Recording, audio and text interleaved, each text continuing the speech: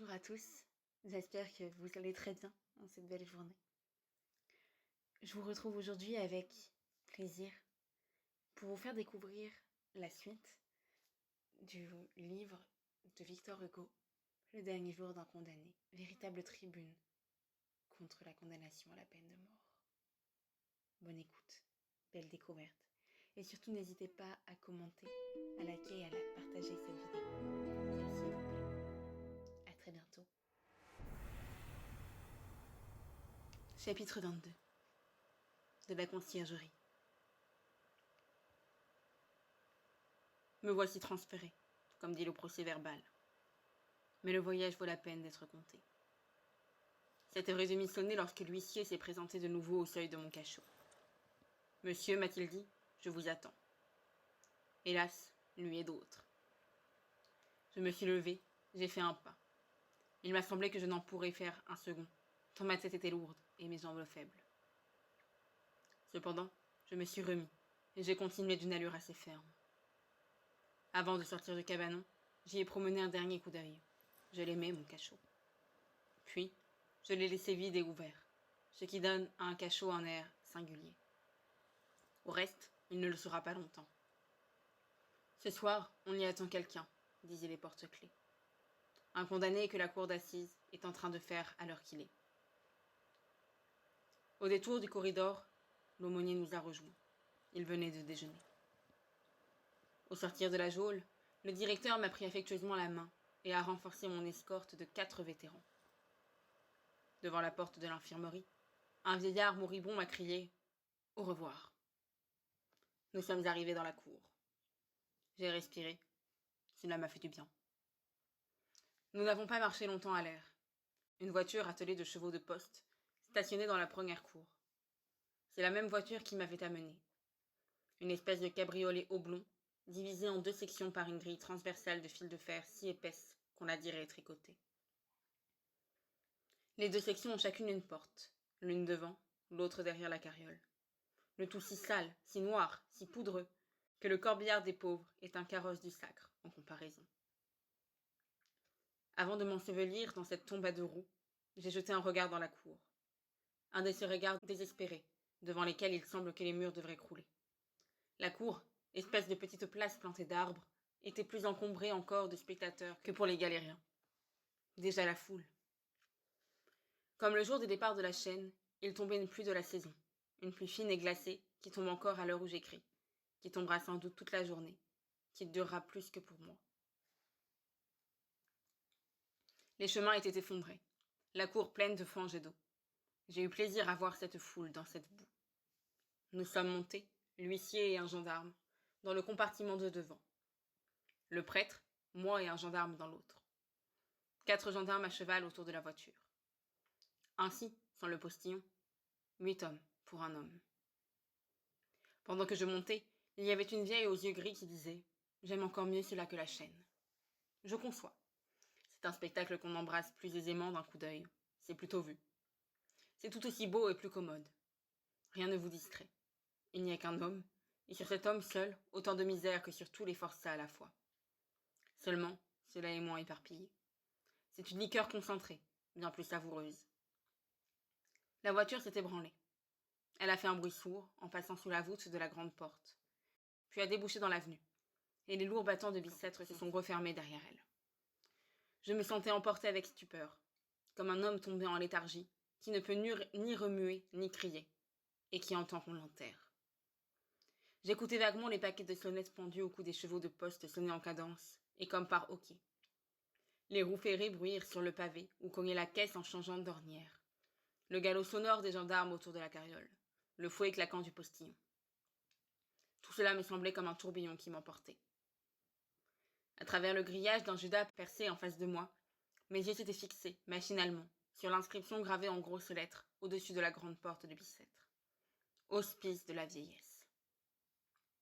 Tiens, me disais-je, il paraît qu'il y a des gens qui vieillissent, là. Et, comme on fait entre la veille et le sommeil, je retournais cette idée en tous sens dans mon esprit engourdi de douleur. Tout à coup, la carriole, en passant de l'avenue dans la grande route, a changé le point de vue de la lucarne. Les tours de Notre-Dame sont venus s'y encadrer, bleus et à demi effacés dans la brume de Paris. Sur le champ, le point de vue de mon esprit a changé aussi. J'étais devenue machine comme la voiture. À l'idée de Bicêtre a succédé l'idée des tours de Notre-Dame.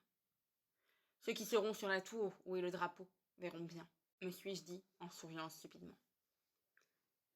Je crois que c'est à ce moment-là que le prêtre s'est remis à me parler. Je l'ai laissé dire patiemment. J'avais déjà dans l'oreille le bruit des roues, le galop des chevaux, le fouet du postillon.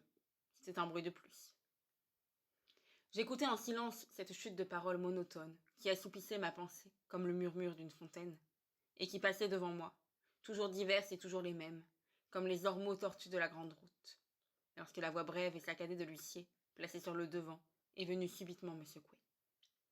« Eh bien, monsieur l'abbé, disait-il avec un accent presque gai, qu'est-ce que vous savez de nouveau ?» C'est vers le prêtre qu'il se retournait en parlant ainsi. L'aumônier qui me parlait sans relâche et que la voiture assourdissait n'a pas répondu.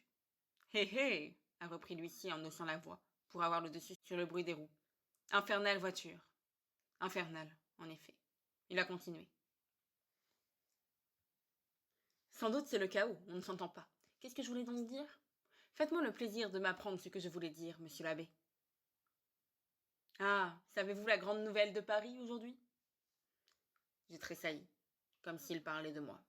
« Non, » a dit le prêtre, qui avait enfin entendu. « Je n'ai pas eu le temps de lire les journaux ce matin. Je verrai cela ce soir. Quand je suis occupé comme cela toute la journée, je recommande au portier de me garder mes journaux, et je les lis en rentrant. »« Bah !» a repris l'huissier.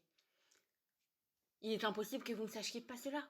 La nouvelle de Paris, la nouvelle de ce matin. » J'ai pris la parole.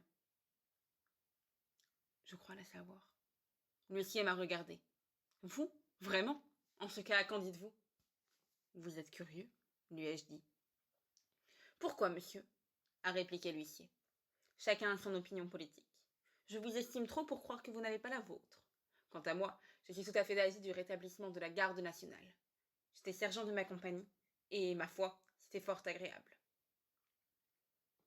Je l'ai interrompu. Je ne croyais pas que ce fût de cela qu'il s'agissait. Et de quoi donc ? Vous disiez savoir la nouvelle. Je parlais d'une autre, dont Paris s'occupe aussi aujourd'hui. L'imbécile n'a pas compris. Sa curiosité s'est éveillée. Une autre nouvelle. Où diable avez-vous pu apprendre des nouvelles ? Laquelle, de grâce, mon cher monsieur ? Savez-vous ce que c'est, monsieur l'abbé ? Êtes-vous plus au courant que moi ? Mettez-moi au fait, je vous prie. De quoi s'agit-il ? Voyez-vous, j'aime les nouvelles. Je les conte à monsieur le président, et cela l'amuse. Et mille bilvésés, il se tournait tour à tour vers le prêtre et vers moi, et je ne répondais qu'en haussant les épaules. « Eh bien, m'a-t-il dit, à quoi pensez-vous donc ? » « Je pense, ai-je répondu, que je ne penserai plus ce soir. »« Ah, c'est cela !» a-t-il répliqué. « Allons, vous êtes trop triste. » Monsieur Castin causait. Puis, après un silence, j'ai conduit monsieur Papavoine. Il avait sa casquette de loutre et fumait son cigare. Quant aux jeunes gens de La Rochelle, ils ne parlaient qu'entre eux, mais ils parlaient. Il a fait encore une pause et a poursuivi. Des fous, des enthousiastes. Ils avaient l'air de mépriser tout le monde. Pour ce qui est de vous, je vous trouve bien pensible, jeune homme. Jeune homme ? Lui ai-je dit. Je suis plus vieux que vous. Chaque quart d'heure qui s'écoule me vieillit d'une année. Il s'est retourné, m'a regardé quelques minutes avec un étonnement inepte, puis s'est mis à ricaner lourdement. Allons, vous voulez rire, plus vieux que moi, je serai votre grand-père. Je ne veux pas rire, lui ai-je répondu gravement. Il a ouvert sa tabatière. Tenez, cher monsieur, ne vous fâchez pas.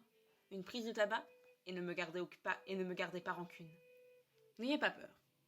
Je n'aurai pas longtemps à vous la garder.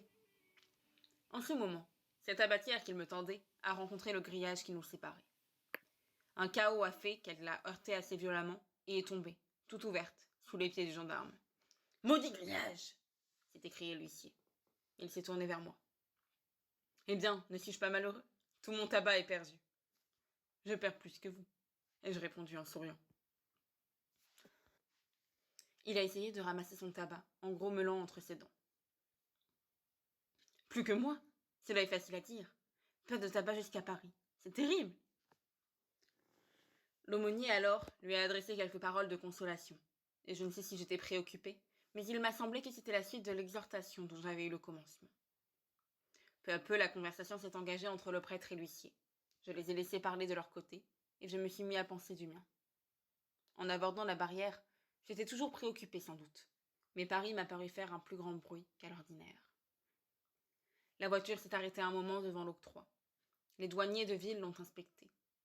Si c'eût été un mouton ou un bœuf qu'on eût mené à la boucherie, il aurait fallu leur jeter une bourse d'argent. Mais une tête humaine ne paye pas de droits. Nous avons passé. Le boulevard franchi, la carriole s'est enfoncée au grand trot dans ces vieilles rues tortueuses du faubourg Saint-Marceau et de la Cité, qui serpentent et s'entrecoupent comme les 1000 chemins d'une fourmilière. Sur le pavé de ces rues étroites, le roulement de la voiture est devenu si bruyant et si rapide que je n'entendais plus rien du bruit extérieur. Quand je jetai les yeux par la petite lucarne carrée, il me semblait que le flot des passants s'arrêtait pour regarder la voiture, et que des bandes d'enfants couraient sur sa trace. Il m'a semblé aussi voir de temps en temps dans les carrefours, çà et là, un homme ou une vieille en haillons, quelquefois les deux ensemble, tenant en main une liasse de feuilles imprimées que les passants se disputaient, en ouvrant la bouche comme pour un grand cri. 8h30 sonnaient à l'horloge du palais, au moment où nous sommes arrivés dans la cour de la conciergerie. La vue de ce grand escalier, de cette noire chapelle, de ces guichets sinistres, m'a glacé. Quand la voiture s'est arrêtée, j'ai cru que les battements de mon cœur allaient s'arrêter aussi. J'ai recueilli mes forces. La poutre s'est ouverte avec la rapidité de l'éclair.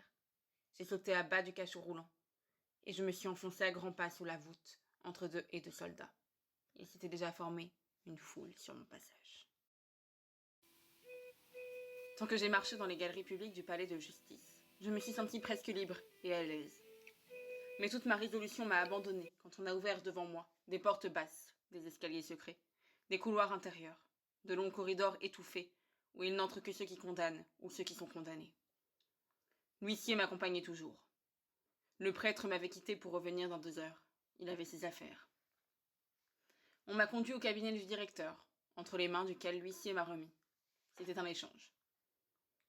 Le directeur l'a prié d'attendre un instant, lui annonçant qu'il allait avoir du gibier à lui remettre, afin qu'il le conduisait sur le champ à Bicêtre par le retour de la carriole. Sans doute le condamné d'aujourd'hui, celui qui doit coucher ce soir sur la botte de paille que je n'ai pas eu le temps d'user. C'est bon, a dit l'huissier au directeur. Je vais attendre un moment. Nous ferons les 2 procès-verbaux à la fois. Cela s'arrange bien. En attendant, on m'a déposé dans un petit cabinet attenant à celui du directeur. Là, on m'a laissé seul, bien verrouillé. Je ne sais à quoi je pensais, ni depuis combien de temps j'étais là, quand un brusque et violent éclat de rire, à mon oreille, m'a réveillé de ma rêverie. J'ai levé les yeux en tressaillant. Je n'étais plus seul dans la cellule. Un homme s'y trouvait avec moi. Un homme d'environ 55 ans, de moyenne taille. Ridé, voûté, grisonnant, à membres trapus, avec un regard louche dans des yeux gris, un rire amer sur le visage. Sale, en guenilles, demi-nu, repoussant à voir. Il paraît que la porte s'était ouverte, l'avait vomi, puis s'était refermée sans que je m'en fusse aperçu. Si la mort pouvait venir ainsi. Nous nous sommes regardés quelques secondes fixement, l'homme et moi. Lui, prolongeant son rire qui ressemblait à un râle. Moi, demi-étonné, demi-effrayé. « Qui êtes-vous » lui ai-je dit enfin.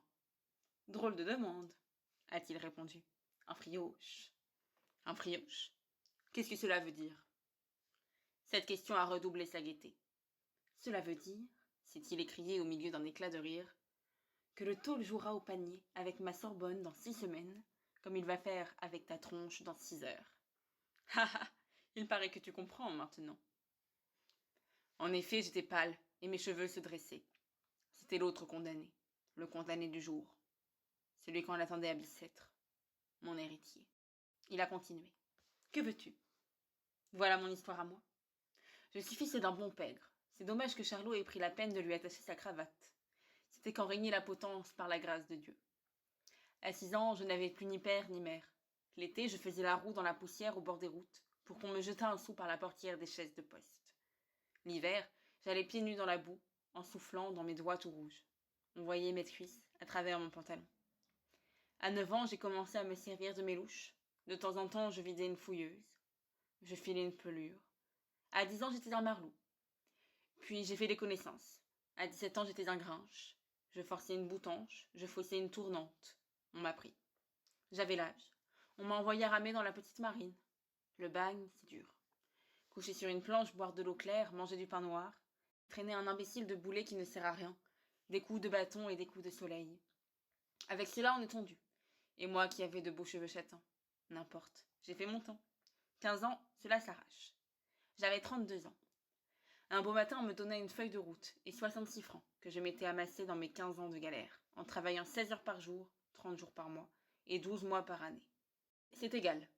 Je voulais être honnête homme avec mes 66 francs, et j'avais de plus beaux sentiments sous mes guenilles qu'il n'y en a sous une serpillière de ratichon. Mais que les diables soient avec le passeport. Il était jaune et on avait écrit dessus « Forçat libéré ». Il fallait montrer cela partout où je passais, et le présenter tous les 8 jours au maire du village où l'on me forçait de t'appliquer. La belle recommandation, un galérien. Je faisais peur, et les petits enfants se sauvaient, et l'on fermait les portes. Personne ne voulait me donner d'ouvrage. Je mangeais mes 66 francs. Et puis, il fallut vivre. Je montrai mes bras bons au travail, on ferma les portes. J'offris ma journée pour 15 sous, pour 10 sous, pour 5 sous. Point. Que faire? Un jour, j'avais faim. Je donnai un coup de coude dans le carreau d'un boulanger. J'empoignai un pain, et le boulanger m'empoigna. Je ne mangeai pas le pain, et je l'égalère à perpétuité, avec 3 lettres de feu sur l'épaule. Je te montrerai, si tu veux. On appelle cette justice-là la récidive. Me voici donc cheval de retour. On me remit à Toulon. Cette fois avec les bonnets verts. Il fallait m'évader. Pour cela, je n'avais que 3 murs à percer, 2 chaînes à couper, et j'avais un clou. Je m'évadai. On tira le canon d'alerte. Car nous autres, nous sommes comme les cardinaux de Rome, habillés de rouge, et on tire le canon quand nous partons. Leur poudre alla au moineau. Cette fois, pas de passeport jaune, mais pas d'argent non plus. Je rencontrai les camarades, qui avaient aussi fait leur temps ou cassé leurs ficelles. Leur couard me proposa d'être des leurs. On faisait la grande soulasse sur le trimar. J'acceptai, et je me mis à tuer pour vivre.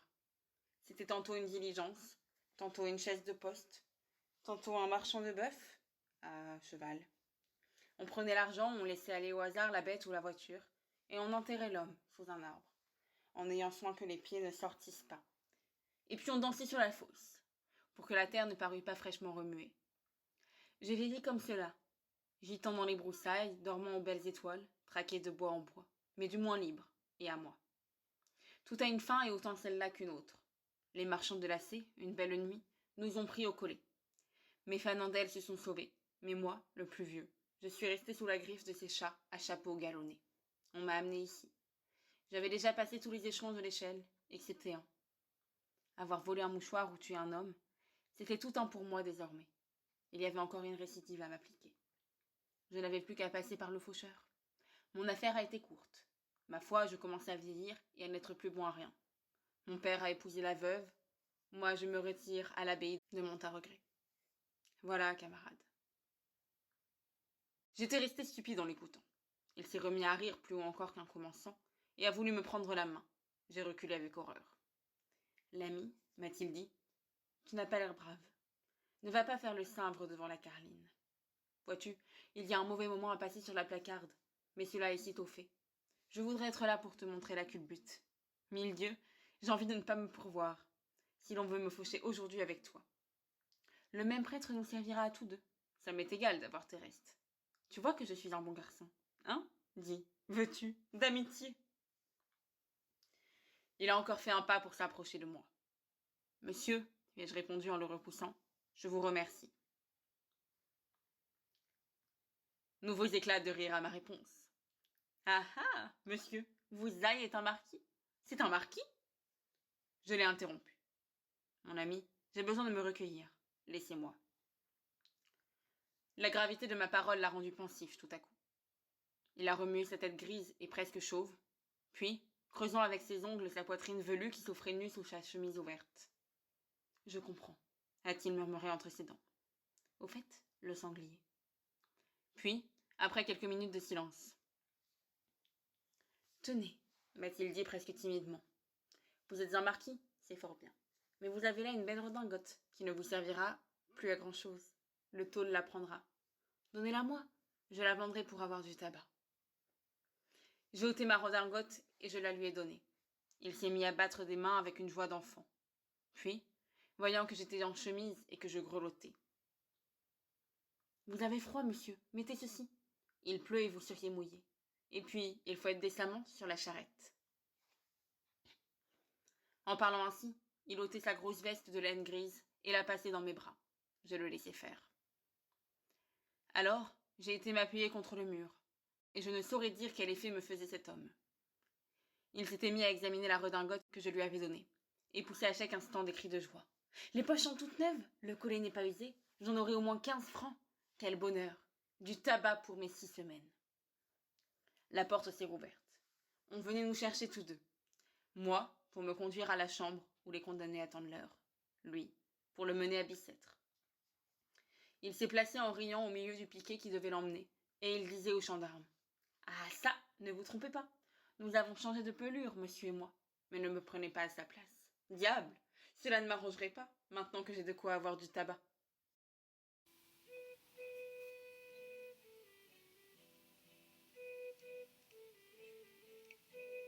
Ce vieux scélérat, il m'a pris ma redingote, car je ne la lui ai pas donnée. Et puis il m'a laissé cette guenille, cette veste infâme. De qui vais-je avoir l'air ? Je ne lui ai pas laissé prendre ma redingote par insouciance ou par charité. Non, mais parce qu'il était plus fort que moi.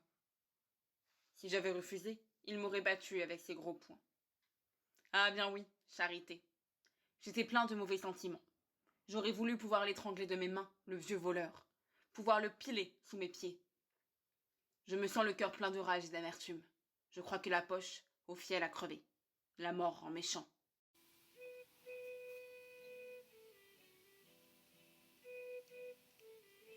Ils m'ont amené dans une cellule, où il n'y a que les 4 murs, avec beaucoup de barreaux à la fenêtre et beaucoup de verrous à la porte. Cela va sans dire. J'ai demandé une table, une chaise, et ce qu'il faut pour écrire.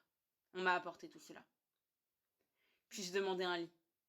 Le guichetier m'a regardé de ce regard étonné qui semble dire : « À quoi bon ? » Cependant, ils ont dressé un lit de sangle dans le coin. Mais en même temps, un gendarme est venu s'installer dans ce qu'ils appellent ma chambre. Est-ce qu'ils ont peur que je ne m'étrangle avec le matelas ?